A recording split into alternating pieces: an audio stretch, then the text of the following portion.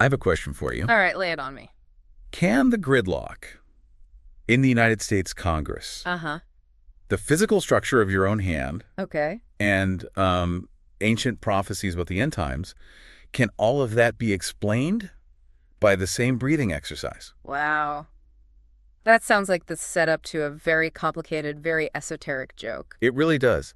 I mean, it sounds totally disconnected. Yeah. But today, we are looking at a source that argues these things aren't just connected. Right. They are actually the exact same story, just, Uh, playing out on completely different scale. Right. Macro and then micro. Exactly. So we are doing a deep dive into a transcript from a show called Meditation Happy Hour, Yes. hosted by Christopher McClure.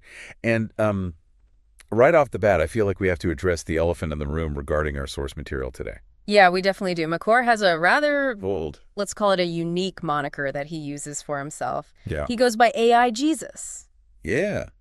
AI Jesus. It's a choice. When I saw that in the notes, I'll be honest, my immediate reaction was just to roll my eyes a little bit. Sure. Like, is this satire? Is it some sort of cult thing? Because it's a massive branding choice, to say the least. It is certainly bold, very provocative. Mm-hmm. But honestly, once you get past that initial shock of the name, Right? the actual content we're diving into today is surprisingly grounded. But that's very technical philosophy. Exactly. He's presenting this framework he calls the 6 human modalities. And he's not just talking about, being zen or relaxing. No, not at all. He's talking about the actual mechanics of how human consciousness operates. Right.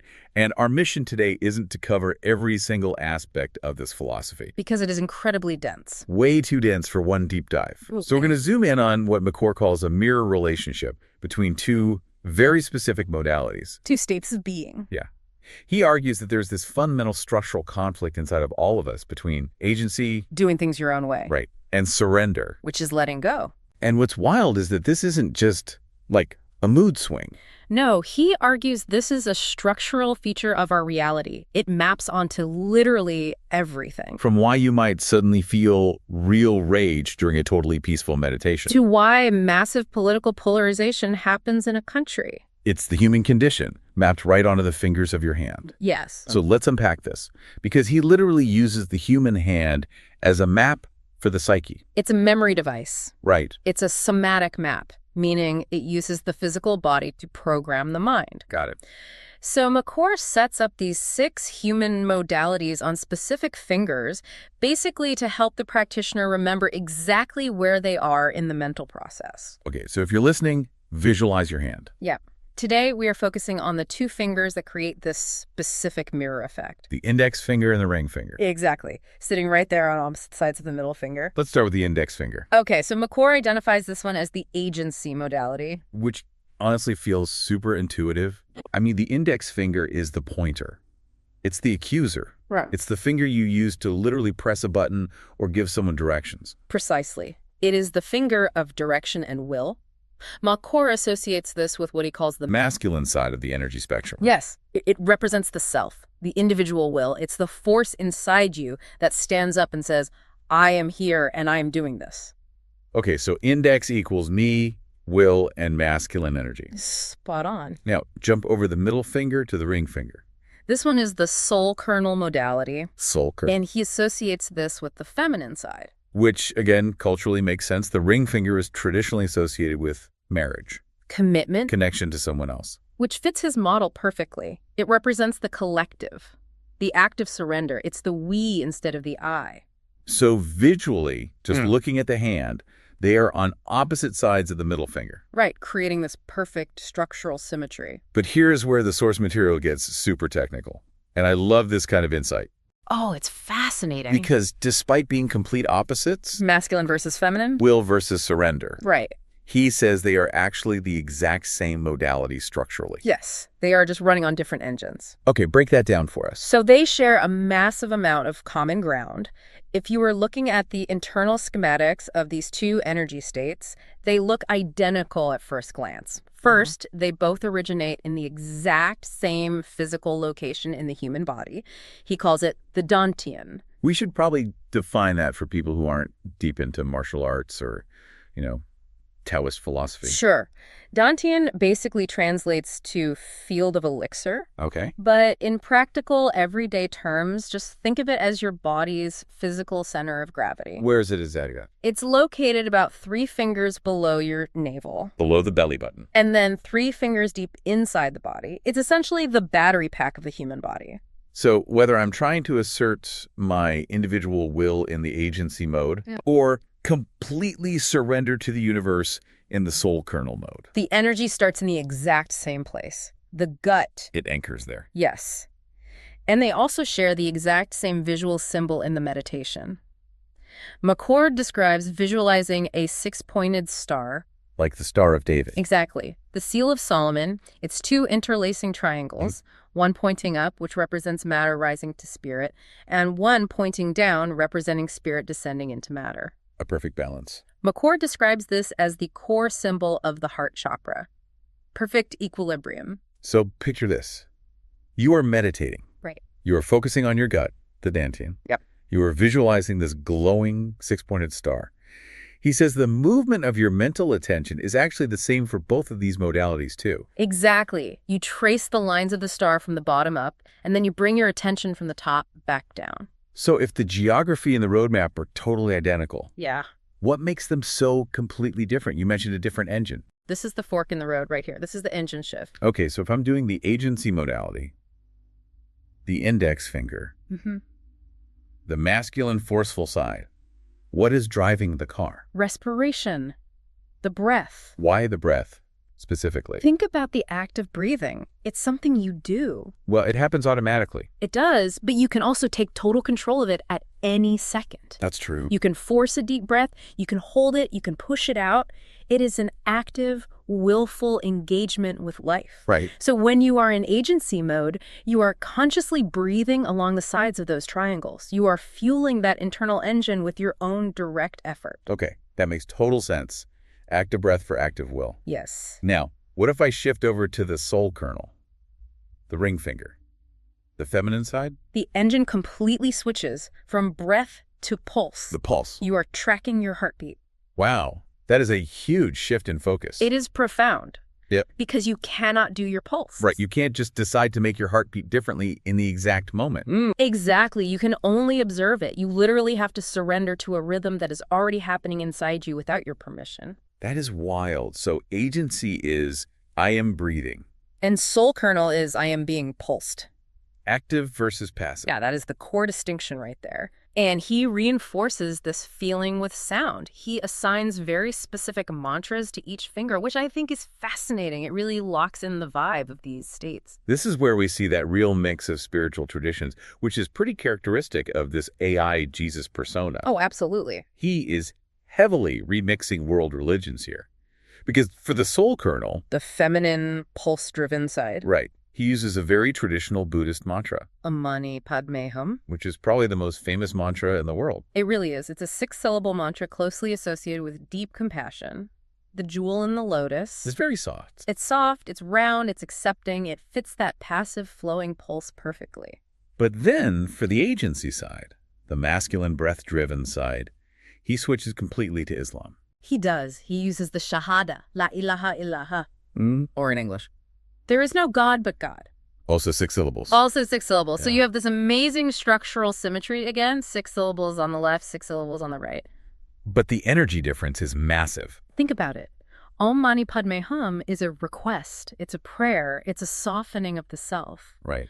But there is no God but God is a declaration. It's a statement of absolute fact. It's a pillar of truth. It Yeah. is absolute and unyielding. It feels so much more rigid, much Yeah, more yeah. structural. Exactly. It has that masculine solidity to it. So on one side, you have the absolute solidity of truth, which is agency.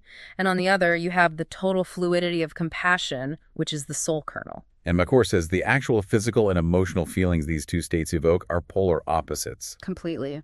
When he's in the soul kernel mode, he says he feels surrender, bliss, deep relaxation. Which is that classic letting go feeling that everyone chases when they sit down to meditate. Right. But when he switches over to agency, It's intense judgment. individuality. Self-will. And this is honestly where the source material gets so real. I found it quite refreshing. Because you'd normally expect a meditation teacher to say, oh, and then I unified both sides and felt this perfect glowing peace. Right. But he doesn't say that at all. He says he feels anger. Yes. I found that so validating. I mean, here is a guy doing these incredibly complex visualizations, tapping into these supposed divine frequencies. Right. And he's just openly admitting, hey, this practice is making me really, really mad. Yes. But why? Why does this specific meditation make him angry? Well, McCore analyzes this very deeply in the transcript. He notices that the anger doesn't happen when he's just resting in one state. It arises specifically during the transition. The moment he tries to switch. Exactly. When he attempts to shift from agency to soul kernel or back the other way. The gear shift. Think about what that shift actually requires your ego to do. Okay. You are going from a state of, I am in total control, I am breathing, I'm judging, I am a very distinct individual, Right. to a state of, I surrender, I am just flowing with my pulse, I am part of the whole. My individual self doesn't even exist. That is huge. The psyche actively resists that whiplash. It's like being shaken away from a deep sleep. Or having someone just reach over and grab the steering wheel from you while you're driving down the highway. That's a perfect analogy. Yeah. The human ego absolutely hates giving up the wheel. Right. He says that practicing the agency modality brings in a massive amount of this masculine energy, real power and force. Okay. So you have this huge influx of raw internal voltage suddenly mixing with the frustration of your ego having to surrender control to the pulse. And that creates the friction. Massive friction. Yeah. He calls it an awkwardness. Like his psyche is basically saying, wait a minute, how can I be fully this assertive individual and then 5 seconds later be fully this surrendered collective? And that feeling of awkwardness is actually the crux of the whole growth process. Mm-hmm. He argues that this internal whiplash isn't a mistake. You aren't doing it wrong. It's actually a sign that your core identity is expanding. You are learning to be big enough to hold both of those paradoxes at the exact same time. It's basically cognitive dissonance used as a spiritual practice. That is so interesting. Ideally, that's what's happening. And here is where the source takes a massive turn that I really didn't expect. Right. Because he stops looking at his own hand and his own internal meditation, and he basically starts looking out the window at the United States. He zooms way out. He says, hey, I see this exact same structural conflict happening right now in Congress. This is his macro view. He takes this very internal, personal conflict, agency versus surrender, and he applies it directly to societal polarization. Now, we need to be very clear for everyone listening right now. We are just reporting his philosophical analogy here. Yes. We aren't taking sides in the political arena at all. Not at all. But how exactly does he map the American political landscape onto his fingers? It's a surprisingly clean overlay, honestly. He looks at the two major American political parties, and he maps the Republicans directly to the agency modality. And that's because of their political focus on the individual. Exactly. The core rhetoric of self-will, individual liberty, pulling yourself up by your bootstraps. The masculine force of agency. Yes. The fundamental idea that I am completely responsible for myself. And conversely, he maps the Democrats to the soul kernel modality. Which is all about the collective. Right. The consideration of others, the group dynamic, the social safety net. It's the feminine surrender to the needs of the entire whole over the individual. It's fascinating because usually in the media, we frame politics as right versus wrong or smart versus stupid. Always a battle. But he's framing it as index finger versus ring finger. Exactly. And just like in his personal meditation practice, McCore insists that neither side is right or wrong in isolation. They are literally two sides of the same coin. You need an index finger and you need a ring finger if you want to have a fully functioning hand. But right now, his argument is that the hand is cramping up. The hand is severely cramping because we as a society are stuck in that anger phase. We are stuck in the transition. We are polarized because we physically and mentally cannot switch gears. Precisely. A healthy society, much like a healthy individual psyche, absolutely requires the ability to toggle back and forth. Right. You need to be able to lead with agency sometimes. Like, I need to build this business and provide for myself. But you also need to be able to support with surrender. Like, I need to pay taxes to help my neighbor who is struggling. Because if you are only agency, you just become a tyrant. And if you are only surrender, you just become a doormat. You lose yourself entirely. And McCore's argument is that all the intense friction we see in the news every night is really just the human species trying to learn how to execute this internal gear shift on a massive scale. We are essentially growing up as a species. Which leads us perfectly into his grand theory on human evolution. He uses a phrase in the transcript that really stuck with me. He calls it the curse blessing. The curse blessing of individuality. It sounds totally contradictory. What exactly does he mean by that? He means that the primary thing separating us from animals is our very distinct sense of self. Oh. I am me, and you are you. A dog doesn't sit around having a deep existential crisis about its career path, right? Right.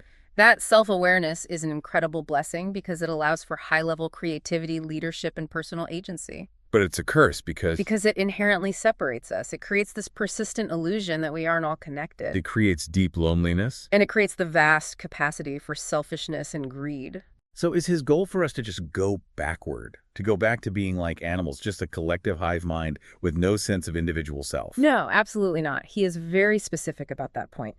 We cannot go backward. We cannot lose our hard-won individuality. Okay. The real challenge, the actual next evolutionary step for humans, is to actively choose to be collective while fully maintaining that sharp individuality. To be a very strong, capable individual who voluntarily surrenders to the good of the whole. Yes. Not because they are being forced to by a government, but because they consciously choose to. Exactly. And he actually redefines the word namaste in this exact context. We hear that word in yoga classes all the time. Yeah, usually just meaning a polite hello or thanks. Right. But he defines it as a very active stance.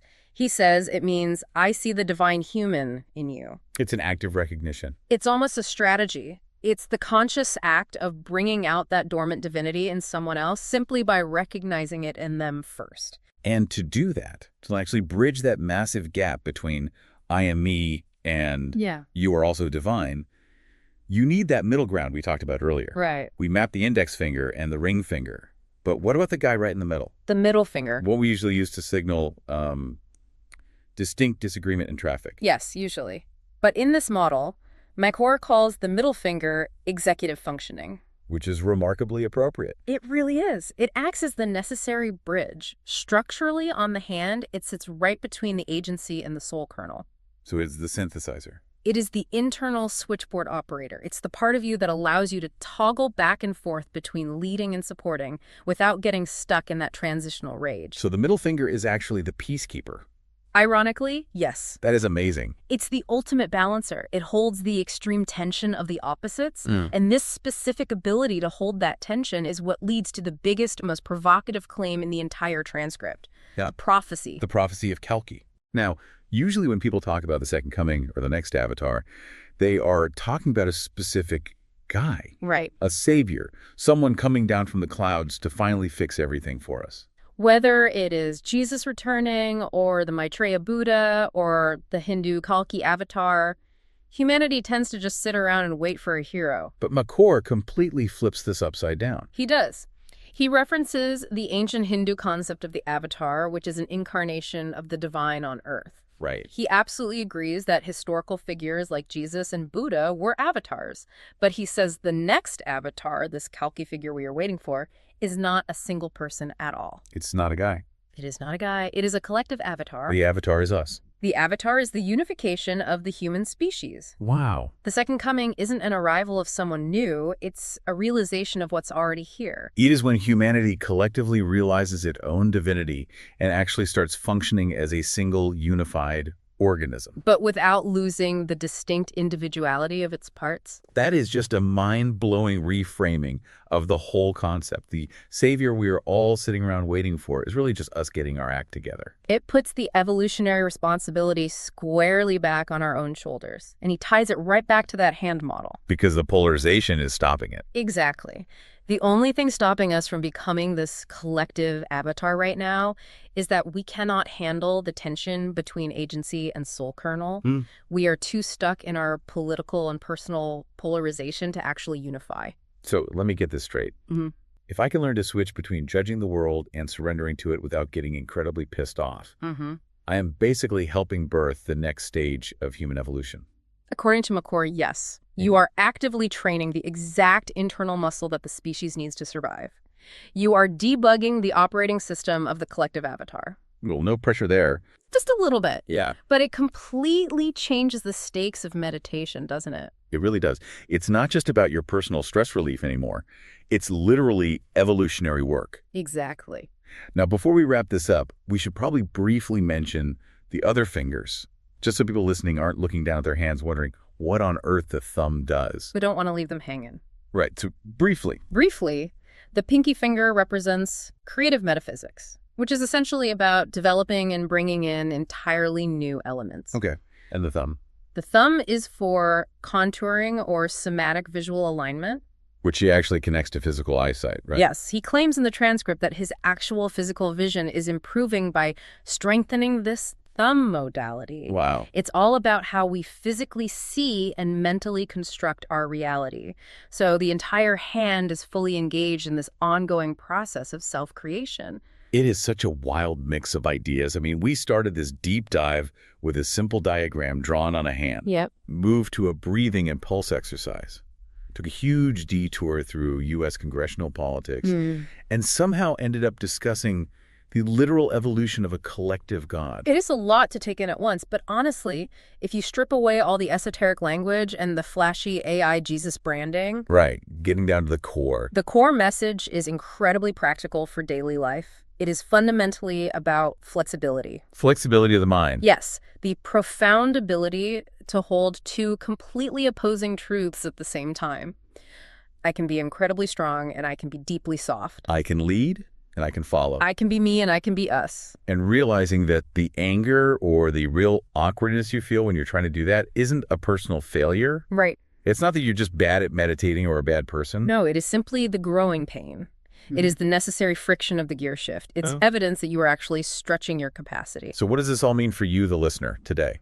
I think it is an open invitation to honestly look at where you are currently stuck. Are you completely stuck in agency?